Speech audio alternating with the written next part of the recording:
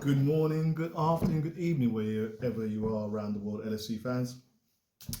This is another post-match review of the game against Fulham, which saw the Reds lose their first away game since last season. Very disappointing, and saw the Reds be only 11 points up against Arsenal. And also we've chopped up some new news as well. It looks like, knock on wood, potentially we could have Virgil and we could have Salah signing on. Obviously nothing's confirmed yet. Fabrizio Romano has mentioned that Salah is good news, positive moment in terms of discussions between Liverpool and Salah for the new contract, and that Virgil also is potentially on the way to do that too. So I'm going to chop that up with you next.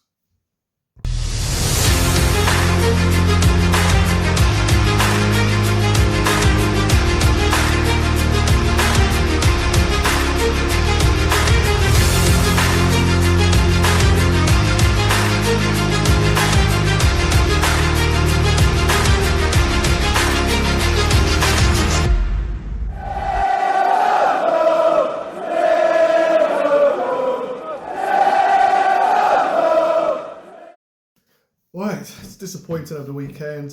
Liverpool lost 3-2 to Fulham. Pretty disappointing game.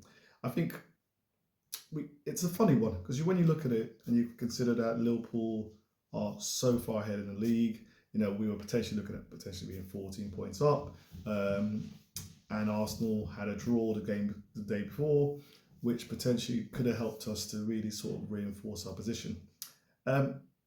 However, I think we've realised over the last sort of couple of weeks, a month even, I'll probably say, we are not firing on all cylinders. And in fact, we're looking very, very jaded. And if the season could end very soon, it'll be great.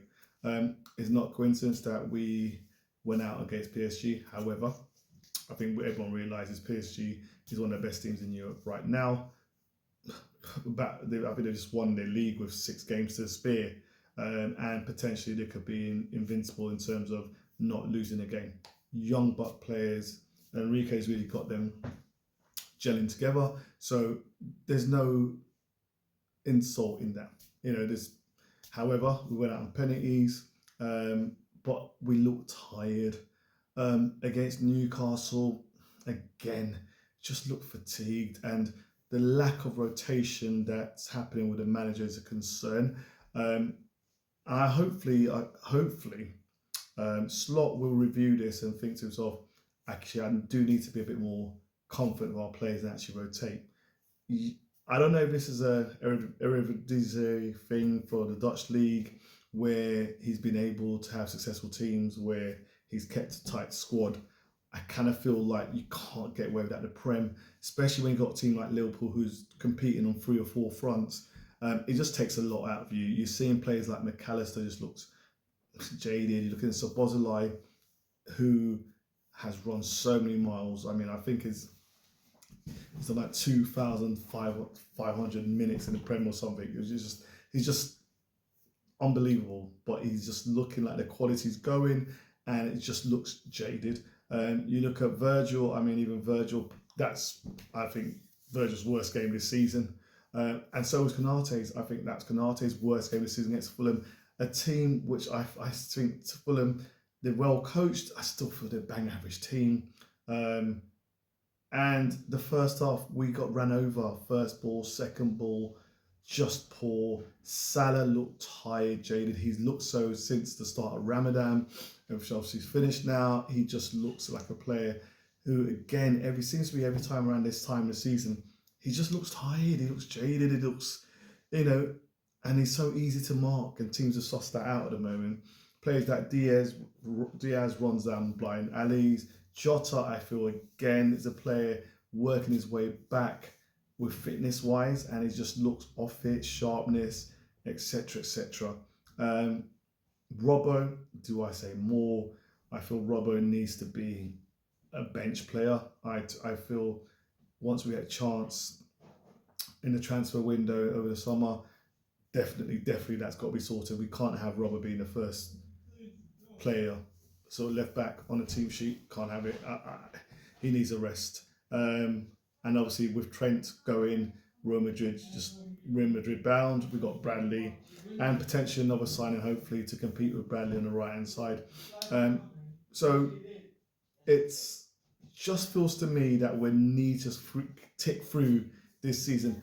Hopefully, with Arsenal doing well in the Champions League, we'll see Arsenal sort of deciding that they want to go to the Champions League and rest up their squad a bit more, which potentially means they get more points dropped over the next few games.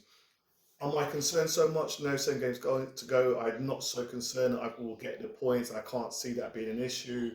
You know, look, only second loss this season, 3-2 loss to Fulham, and in the second half we basically dominated it. We created chances. Jota had a chance.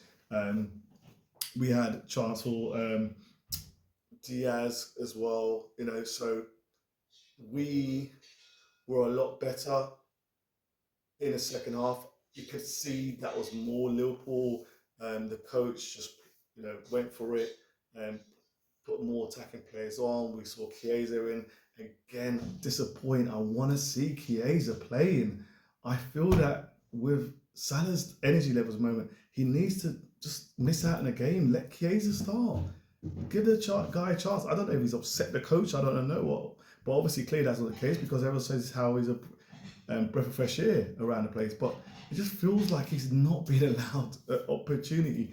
And it's so frustrating because I want to see him play. And I kind of feel like teams don't suss him out like they sussed out Salah. And we would see maybe opportunities where teams can't actually tactically plan to mark him so much as they do to Salah because they don't know what Chiesa is actually going to do.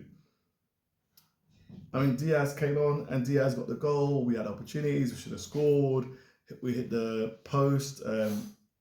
Harvey Elliott came on. We went for it and we just looked so much better. And it's disappointing in the end not to get that, at least a draw out of it. However, 11 points up, we're still in a great position. And we need to celebrate that and enjoy. And that league title come our way.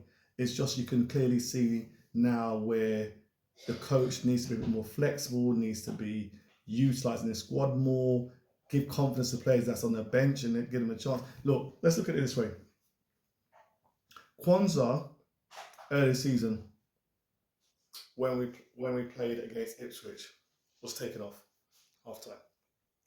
Salah's in his last 3 or 4 games, Salah's played in the same kind of way where I would take Salah off at half-time.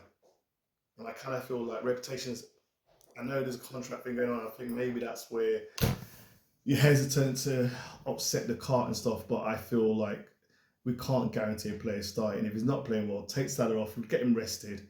You know, he's a hungry guy, he'll come back again. But, you know, we can't be just giving him carte blanche to play when he's getting man-marked or marked out the game. His passing's getting poor, he's not in the game, and we've got players like Chiesa, hungry players who should be coming on. Right, so let's go into the news.